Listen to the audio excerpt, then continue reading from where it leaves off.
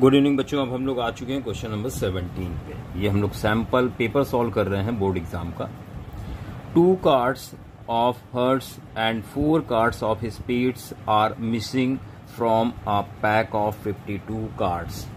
A card is drawn at random from the remaining pack. What is the probability of getting a black card? आपको black card होने की probability find out करनी है। चलिए बच्चों समझते हैं क्वेश्चन नंबर 17। बच्चों सबसे पहले कार्ड्स के बारे में आप समझ लें। जो ताश की गड्डी होती है प्लेइंग कार्ड्स, उसमें टोटल 52 कार्ड्स होते हैं और ये 4 पार्ट में डिवाइड होते हैं। स्पेड 13 कार्ड्स होते हैं, ब्लैक कलर का होता है ये। क्लब 13 कार्ड्स होते हैं, ये भी ब्लैक कलर का होता है, आप देख सकते हैं इस तरह से। डायमंड 13 होते हैं और ये रेड कलर का होता है ये। और हार्ट 13 होते हैं, आप देख सकते हैं ये इस तरह का होता है। इसको हिंदी में हुकुम, चिड़ी, ईंट और पान बोलते हैं। हर एक में एक किंग होता है, एक क्वीन होती है, एक जैक होता है, एक एस होता है और जो नंबर कार्ड्स होते हैं, जो 2 से लेकर 10 तक नंबर लिखे रहते हैं, ये कार्ड 9 होते हैं टोटल। तो कुल मिला के ये 13 पत्ते होते हैं। किंग, क्वीन और जैक को हम फेस कार्ड कहते हैं, इस वजह से टोटल 3 3 3 3 12 फेस कार्ड होते हैं। अब आप ध्यान दें, क्वेश्चन में आपसे पूछा गया है कि प्रोबेबिलिटी निकालें ब्लैक कार्ड की। शुरुआत में आपसे कहा गया है, क्वेश्चन नंबर 17 आपसे बोला गया है 2 कार्ड हर्ट के और 4 कार्ड स्पेड के निकाल दिए, तो रिमेनिंग कार्ड्स कितने होंगे? रिमेनिंग कार्ड टोटल होते हैं 52। 2 निकाल दिए हैं हर्ट के और 4 निकाल दिए हैं स्पेड के, तो बचे हुए कार्ड जो हैं 4 to 6 माइनस हो जाएगा, तो ये 46 बचेंगे, ये टोटल कार्ड्स। अब आप ध्यान दें, आपसे कह रहा है गेटिंग ब्लैक कार्ड, तो आपको प्रोबेबिलिटी निकालनी है ब्लैक कार्ड की, ब्लैक कार्ड होने की प्रोबेबिलिटी। बच्चों ध्यान दें, हर्ट के 2 कार्ड निकाले गए हैं, ये हर्ट का है, और 4 कार्ड स्पेड के निकाले गए हैं। इसमें स्पेड ब्लैक कलर का होता है, 4 ब्लैक कलर के निकल गए। टोटल ब्लैक कलर के होते हैं 13 13 26, तो 26 ब्लैक कार्ड हैं 26, उसमें से 4 निकल चुके हैं, यानी बचे ब्लैक कार्ड 22 ब्लैक कार्ड 22। तो यहाँ पर ब्लैक कार्ड होने की प्रोबेबिलिटी, तो ऊपर ब्लैक कार्ड लिखेंगे, अपॉन में लिखते हैं टोटल कार्ड्स, जो कि अब फिलहाल 46 हैं। तो जो करेक्ट ऑप्शन होगा 22/46, ये ऑप्शन बी होगा। आप देख सकते हैं यहाँ पर ये ऑप्शन बी करेक्ट आंसर होगा क्वेश्चन नंबर 17 का। और इसी के साथ बढ़ते हैं क्वेश्चन नंबर 18 की तरफ। Upper limit of model class of the given distribution, ये आपको एक टेबल दी गई है और आपसे बोला गया है मॉडल क्लास की अपर लिमिट फाइंड आउट करें। तो चलिए करते हैं क्वेश्चन नंबर 18। बच्चों यहाँ पर जो हाइट दी गई है बिलो 140, बिलो 145, तो ये 5 के डिफरेंस से दी गई है, जिसको हम उसी फॉर्म में लिख लेते हैं, लोअर और अपर लिमिट के फॉर्म में। किस तरह से लिखेंगे? जैसे इसको लिखेंगे 135 से 140, 135 से 140, 140 से 145, 145 से 150, 150 से 155, 155 से 160 और 160 से 165। जहाँ तक दिया गया है वहाँ तक नोट कर लेंगे ये। उसके बाद नंबर ऑफ गज जो दी गई हैं, ये 4 हैं, 11, 29, 40, 46, और 51। बच्चों यहाँ पर आपसे बोला गया है मॉडल क्लास की अपर लिमिट। मॉडल क्लास मतलब मोड, तो मोड वो वैल्यू होती है जो सबसे बड़ी हो, लेकिन आप ध्यान दें फ्रिक्वेंसी में जो सबसे बड़ी वैल्यू होती है वो मोड होती है। यहाँ लगातार इंक्रीज हो रही वैल्यू, इसका मतलब ये फ्रिक्वेंसी नहीं है, ये कुमुलेटिव फ्रिक्वेंसी है। क्लास 9 में पढ़ा हुआ आपने, ये कुमुलेटिव फ्रिक्वेंसी है।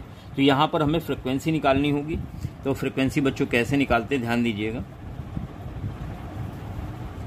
पहली वैल्यू को ऐसे ही लिख देंगे, इन दोनों को माइनस करेंगे 7 आएगा, इन दोनों को माइनस करेंगे 18, 9 1 8 2 1 1, इन दोनों को माइनस करेंगे 40, 10 माइनस 9 1 3 2 1, इन दोनों को माइनस करेंगे 6, इन दोनों को माइनस करेंगे 5। बच्चों यहाँ ध्यान दें, जो फ्रिक्वेंसी में सबसे बड़ी वैल्यू है, तो आप देख सकते हैं फ्रिक्वेंसी में सबसे बड़ी वैल्यू है 18। ये मॉडल क्लास हो गई। और इस मॉडल क्लास की बात करें तो ये लोअर लिमिट है और ये अपर लिमिट है। बच्चों आपसे अपर लिमिट पूछी गई है, तो अपर लिमिट यहाँ पर कितनी दी गई है 150। ये इस क्वेश्चन का करेक्ट आंसर होगा। और पेपर में देख लेते हैं किस ऑप्शन के साथ जाएंगे हम लोग। तो ये आप देख सकते हैं यहाँ पर 150, यानी कि ऑप्शन नंबर डी बिल्कुल करेक्ट आंसर होगा। ऑप्शन डी करेक्ट होगा। क्वेश्चन नंबर 19 पे आ चुके हैं हम लोग, और 19 आप देख सकते हैं यहाँ पर आपको डायरेक्शन दी गई है इन क्वेश्चन नंबर 19 to 20। 19 और 20 की बात कर रहे हैं। स्टेटमेंट असर्शन दिया हुआ है और रीजन दिया हुआ है। Choose the correct option. Statement A आपसे कह रहा है असर्शन में total surface area of the top is sum of the curve surface area of hemisphere and CSA of cone. बिल्कुल सही बात है। अगर ये जो शेप आपको दिख रही है इसका टोटल सरफेस एरिया निकालेंगे तो कैसे निकालेंगे? तो सरफेस एरिया हेमिस्फीयर का और सरफेस एरिया कोन का, दोनों को अगर ऐड कर देंगे तो टोटल सरफेस एरिया आ जाएगा। यानी जो असर्शन है वो ट्रू है। असर्शन यहाँ पे बिल्कुल सही है, बिल्कुल सही कहा गया है। रीजन में कह रहे हैं top is obtained by joining the plane surfaces of hemisphere and cone together. कह रहा है ये शेप कैसे मिली है? जब हमने दोनों के प्लेन सरफेस को ज्वाइन करा दिया, जोड़ दिया। तो बिल्कुल सही बात कह रहे हैं। आप ध्यान दें, ये हेमिस्फीयर है और ये कोन है। इसकी ये प्लेन सरफेस है और इसकी प्लेन सरफेस ही है। जब दोनों को जोड़ा है तो वो शेप मिली है। यानी यहां देख सकते हैं आप, दोनों को जोड़ने पर ये प्लेन सरफेसेस हैं, दोनों को जोड़ेंगे तो हमें वो शेप मिल जाएगी जो दी गई है। इसका मतलब ये है कि यहाँ पर असर्शन ट्रू है और रीजन भी ट्रू है, साथ में ये करेक्ट एक्सप्लेनेशन भी है। यानी 19 का करेक्ट आंसर होगा option A. Both assertion and reason are true and reason R is correct explanation of assertion A। बिल्कुल सही बात है। क्वेश्चन नंबर 20 की तरफ बढ़ते हैं। 20 आप देख सकते हैं। assertion एक सीरीज दी गई है AP में और रीजन दिया गया है। सबसे पहले ये चेक करें AP है या नहीं, तभी ट्रू कह सकते हैं। तो चलिए चेक करते हैं। बच्चों ये सीरीज दी गई है, यहाँ कॉमन डिफरेंस कैसे निकालते डी? ये T1 है, T2 है, T3 है और ये T4 है। Second term minus first term, तो -5/2 और -5, ये हो जाएगा -5/2 और +5। पूरा 5 में आधा 5 माइनस होगा तो प्लस का आधा 5 बचेगा, यानी 5/2। डी फिर से कैलकुलेट कर लें, T3 माइनस T2 करके, तो 0 -5/2 माइनस प्लस हो जाएगा, फिर 5/2 हो जाएगा। दोनों केस में कॉमन डिफरेंस सेम आ रहा है। और एक बार डी और कैलकुलेट कर लें, T4 माइनस T। तो T4 माइनस T3 ये 5/2 माइनस 0, तो ये 5/2 आ जाएगा। बच्चों यहाँ देख लें हर जगह कॉमन डिफरेंस सेम आ रहा है, इसका मतलब गिवन सीरीज AP है, AP सीरीज गिवन है। अब सेकंड पढ़ते हैं इसका रीजन। देखिए रीजन में आपसे क्या कह रहा है, रीजन में कह रहा है the terms of AP can not have both positive and negative rational numbers. कह रहा है AP में पॉजिटिव निगेटिव नहीं हो सकते हैं, जबकि अभी हम लोगों ने देखा कि इसमें पॉजिटिव निगेटिव दोनों टर्म है और ये AP है। इसका मतलब जो असर्शन है वो ट्रू है और जो रीजन है वो फॉल्स है। असर्शन ट्रू, रीजन फॉल्स, यानी ऑप्शन सी इसका करेक्ट आंसर होगा। बढ़ते हैं क्वेश्चन नंबर 21 की तरफ। बच्चों क्वेश्चन नंबर 21 सेक्शन बी पे आ चुके हैं। Prove that √2 is an irrational number. आपको ये प्रूव करना है कि √2 एक इर्रेशनल नंबर है। बच्चों यहां पर हम लोग क्वेश्चन नंबर 21 पे आ गए हैं और आपको प्रूव करना है √2 एक इर्रेशनल नंबर है। इसको कंट्राडिक्शन मेथड से करेंगे। तो सबसे पहले एज्यूम कर लेते हैं कि √2 एक रेशनल नंबर है। Let √2 is a rational number. अब बच्चों अगर ये रेशनल नंबर है तो इसको हम P/Q के फॉर्म में लिख सकते हैं। तो यहां पर हम लोग लिखेंगे let √2 is equal P/Q, where P and Q are integers and co-prime and Q must not be equal to 0। देखिए यहाँ पे जो P और Q हैं ये इंटीजर फॉर्म में होंगे, दोनों इंटीजर होंगे, को प्राइम होंगे, मतलब ये दोनों ऐसे नंबर हैं कि कुछ भी कॉमन नहीं है, मतलब इसका HCF 1 होगा, जैसे 1/2, 2/3, 7/9 इस टाइप के।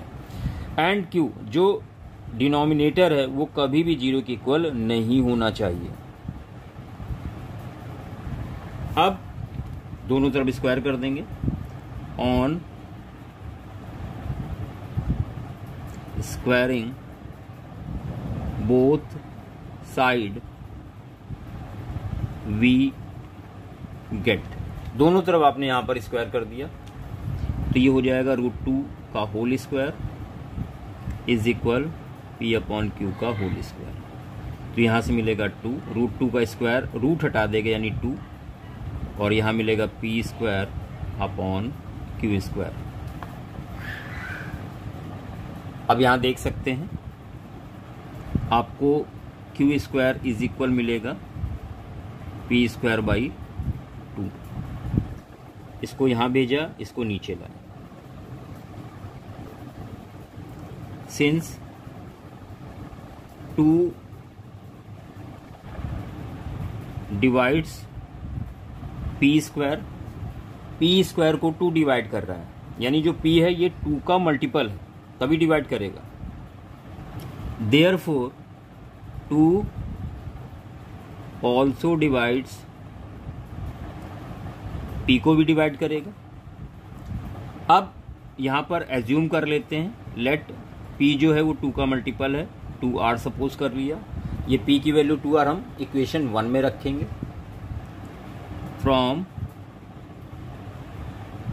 इक्वेशन 1 वी गेट, तो Q² इज इक्वल P², तो P की जगह 2R रखा, होल स्क्वायर अपॉन 2। ये हो जाएगा Q² is equal 4R² upon 2, या Q² इज इक्वल हो जाएगा 2R²। बच्चों यहां से आपको मिल जाएगा R² is equal Q² upon 2। ये हो गई इक्वेशन नंबर 2। यहां भी देख सकते हैं 2 Q² को डिवाइड कर रहा है, Q को भी डिवाइड करेगा। 2 divides Q² therefore 2 also divide Q। बच्चों स्टार्टिंग में हम लोग लेके चल रहे थे कि दोनों P और Q को प्राइम है, SCF 1 है, जबकि अभी हमने इक्वेशन 1 और 2 में देखा कि दोनों में 2 कॉमन है। From 1 and 2 it is clear that P and Q both have a common factor, that is 2, which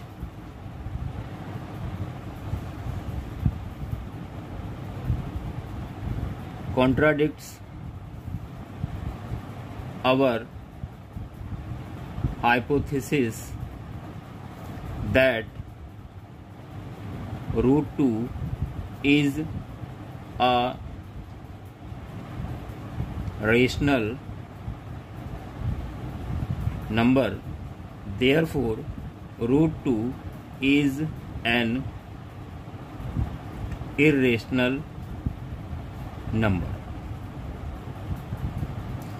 तो बच्चों ये कंप्लीट सोल्यूशन था इस क्वेश्चन का, और आप साथ में लगाते जरूर चलें एक क्वेश्चन को, वीडियो को ध्यान से कई बार देखें। अगर चीज़ें नहीं क्लियर हो रही हैं फिर अपने आप से लगाने की कोशिश करें, क्योंकि जब आप लगाएंगे तभी चीज़ें आपको क्लियर होंगी।